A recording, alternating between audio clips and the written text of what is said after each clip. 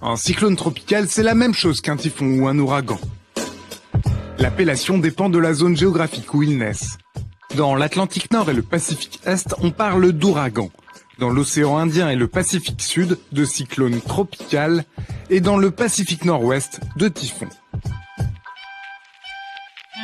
On ne peut pas prédire la formation d'un cyclone tropical, mais on connaît les conditions dans lesquelles il se forme. Ils naissent au-dessus des océans dans la zone de convergence intertropicale. Elle se trouve ici quand c'est l'été dans l'hémisphère nord et ici quand c'est l'été dans l'hémisphère sud. C'est une zone en fait où les alizés des deux hémisphères se rencontrent et ça force des ascendances nuageuses et il y a donc des averses orageuses qui se forment. Parfois donc il y a des amas nuageux qui s'organisent un peu, qui prennent une structure un peu plus importante et qui se développent parce qu'on rencontre donc certaines conditions favorables. La première et la plus importante de ces conditions favorables, c'est un océan chaud. Il faut que l'eau atteigne les 26 degrés sur une profondeur d'au moins 50 mètres. Ça crée une forte évaporation qui alimente la création d'un ouragan. Le principal carburant, c'est clairement la chaleur océanique qui est en fait arrachée à l'océan par l'évaporation. Et ensuite, cette énergie est restituée par condensation dans le phénomène cyclonique. C'est ça qui forme les gros nuages, les gros cumulonimbus qui donnent ensuite des pluies très abondantes. Sur ce schéma, les flèches rouges montrent l'air chaud qui monte et les bleus l'air plus froid qui redescend. La deuxième condition favorable dépend des vents. Il faut qu'ils soufflent dans la même direction sur toute la hauteur de la troposphère, c'est-à-dire les 15 premiers kilomètres de l'atmosphère. Parce que si ce n'est pas le cas, en fait, des vents un peu contraires vont avoir tendance à déstructurer le tourbillon naissant et donc l'empêcher de prendre de l'ampleur. Dernier point, il faut que l'amas nuageux tourbillonne. Et c'est possible grâce à la force de Coriolis.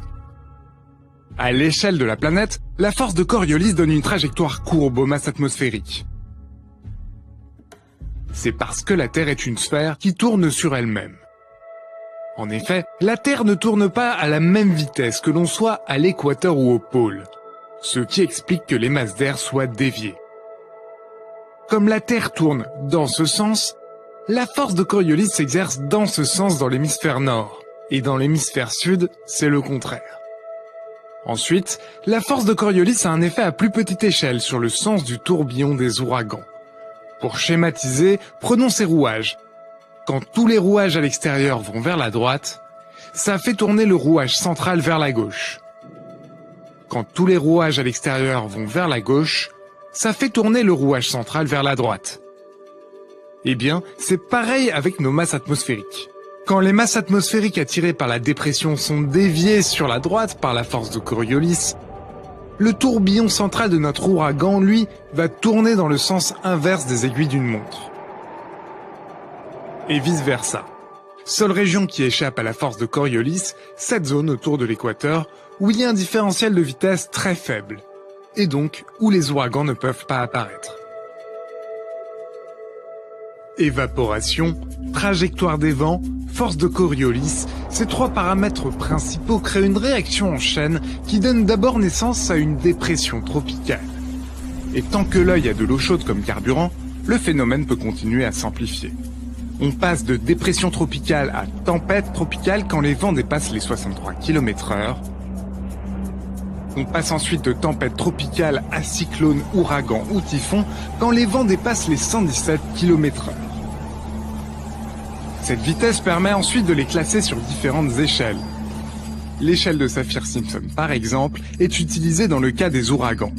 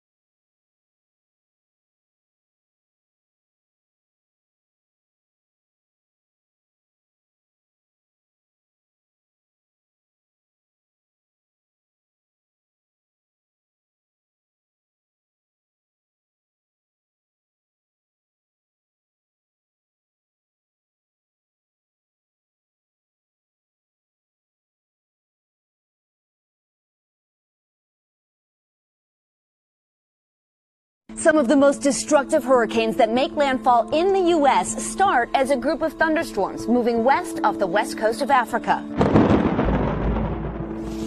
This group of storms feeds off the warmth and moisture of the ocean. Air rises then to form more storms and is replaced constantly by the surrounding air. Below all this air rising, low pressure develops. Riding along the trade winds and rotating counterclockwise, thanks to the Coriolis effect, a result of the Earth's rotation, the storm will keep growing as long as it has these key ingredients. Water temperatures at or above 79 degrees. Ocean water versus land. Hurricanes don't like land. They need open water to survive. And high pressure above it. Weak flow, or what we call a lack of vertical wind shear above a hurricane, is vital to keep it intensifying. Now let's talk about the eye of the hurricane. Always impressive from space. It forms as air rotates up and out of this hurricane. Now, some of the air that's being spit out at the top of the storm then sinks back into the center, keeping the eye itself relatively calm and clear.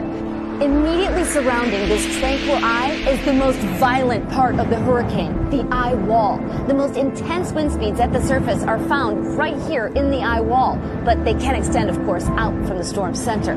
The most destruction in a hurricane comes from the eye wall out to the right quadrant. So you take the already impressive wind speeds inside the hurricane, add the forward motion and the storm surge, and you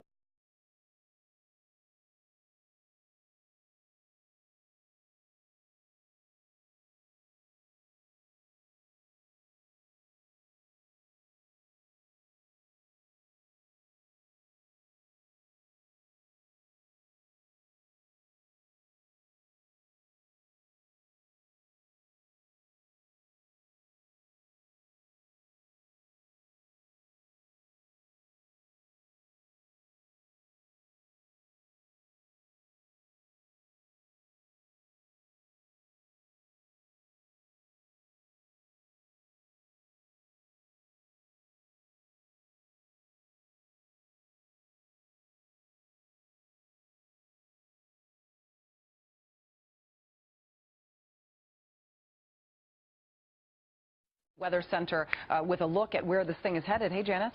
Julie, this is a very powerful storm. This is the visible satellite image, and you can see as the sun comes out, look at this perfect Category 5 storm, 175-mile-per-hour sustained winds. At its peak, Katrina was 175. We haven't seen a storm of this strength in 10 years since Felix in 2007. And the National Hurricane Center is saying we're going to have a Category 5 for maybe a day or two.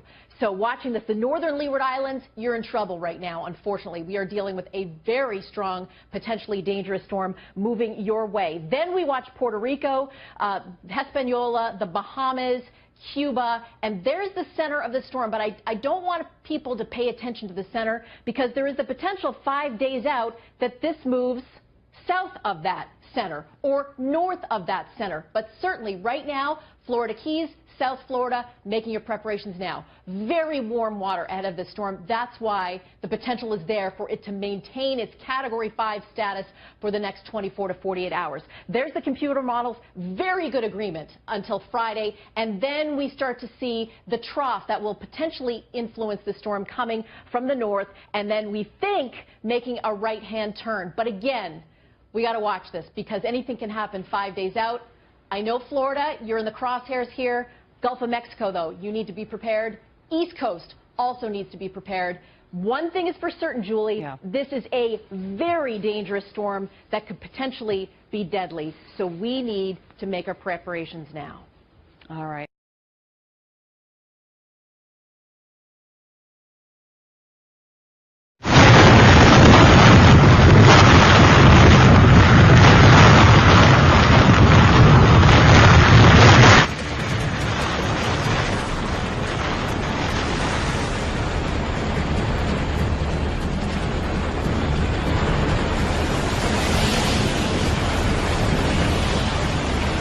Catégorie 1, vent soufflant à une vitesse de 119 à 153 km/h.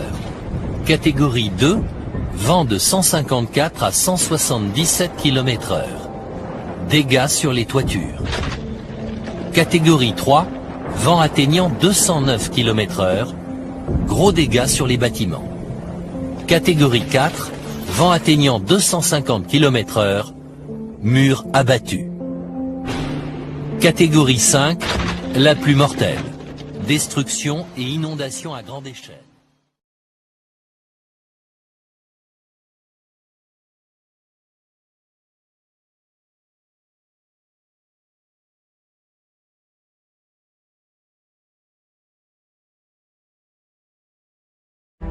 L'un des grands dangers de l'ouragan, c'est l'eau. Pas la pluie, mais un mur d'eau, appelé onde de tempête. 90% des victimes lors d'un ouragan périssent noyées. L'océanographe Stephen Begg surveille l'Atlantique pour détecter les premiers signes d'onde de tempête. Une onde de tempête, ce n'est pas quelque chose de courant. Et peu de gens y survivent. Alors, c'est difficile d'en faire une bonne description. L'ouragan aspire l'air chaud au-dessus de lui, ce qui génère une zone de basse pression sous l'œil du cyclone. La pression est si basse que la mer s'élève et forme un dôme d'eau.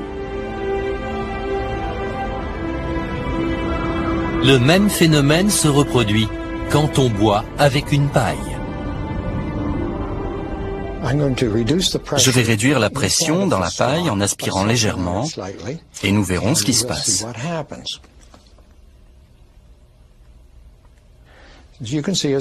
Comme vous le voyez, je réduis la pression dans la paille.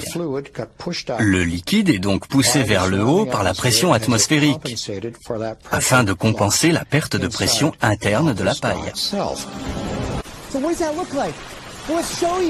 Imagine this. Imagine 3 feet of storm surge right here. Now, if this amount of water catches you by surprise, it's too late to evacuate. Cars are floating around and floating away. There's large objects in here that could knock things down with a battering ram-like force. Now, there's no way, again, to evacuate with this kind of storm surge. But we know there's going to be places with more than 3 feet. Imagine 6 feet of storm surge. Now, this completely floods out the first floors of homes and businesses, and the only way to escape that is to move to the higher floor of a building. Now, unfortunately, there are going to be places that get more than 6 feet of storm surge flooding. Imagine this, 9 feet and even beyond of flooding, of inundation. This is practically not survivable. So please follow the advice of your local officials when they ask you to evacuate. And if you have any questions about what evacuation zone you're in, if you need to go and or where you need to go to floridadisaster.org.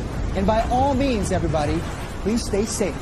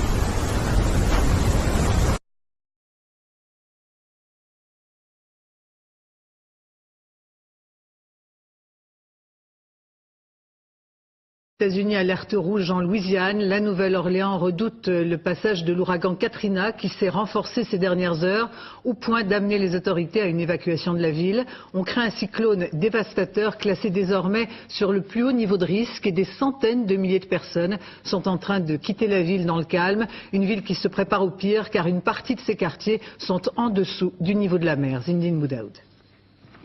Eux n'ont pas attendu l'ordre général d'évacuation, ils se sont enfuis dès l'aube.